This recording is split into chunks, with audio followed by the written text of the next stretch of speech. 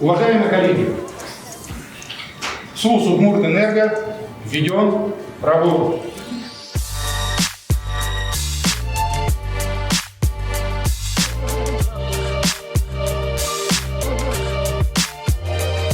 Энергетики, введя в эксплуатацию такой новый инструмент по управлению сетями, они сделают качество жизни граждан чуть лучше.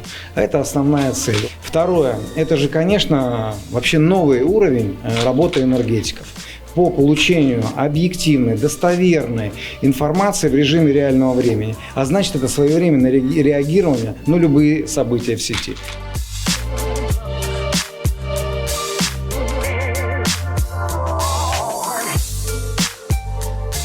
Это значимое очень событие. Точно это все делается для людей. Но это все то, что сегодня вы здесь видели, и это все та огромная работа, которая проводится в Удмуртии. Что было, это уже музей. Это уже музейное оборудование. И что стало. Поэтому спасибо за такие изменения. Россети для нас стратегический партнер.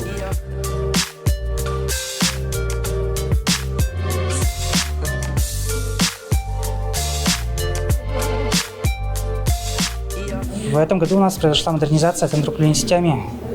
Нам предоставили новые инструменты, это новая мнемосхема, которая представлена у нас, и геоинформационная система, благодаря которым мы можем контролировать как движение наших бригад, появление обращений потребителей.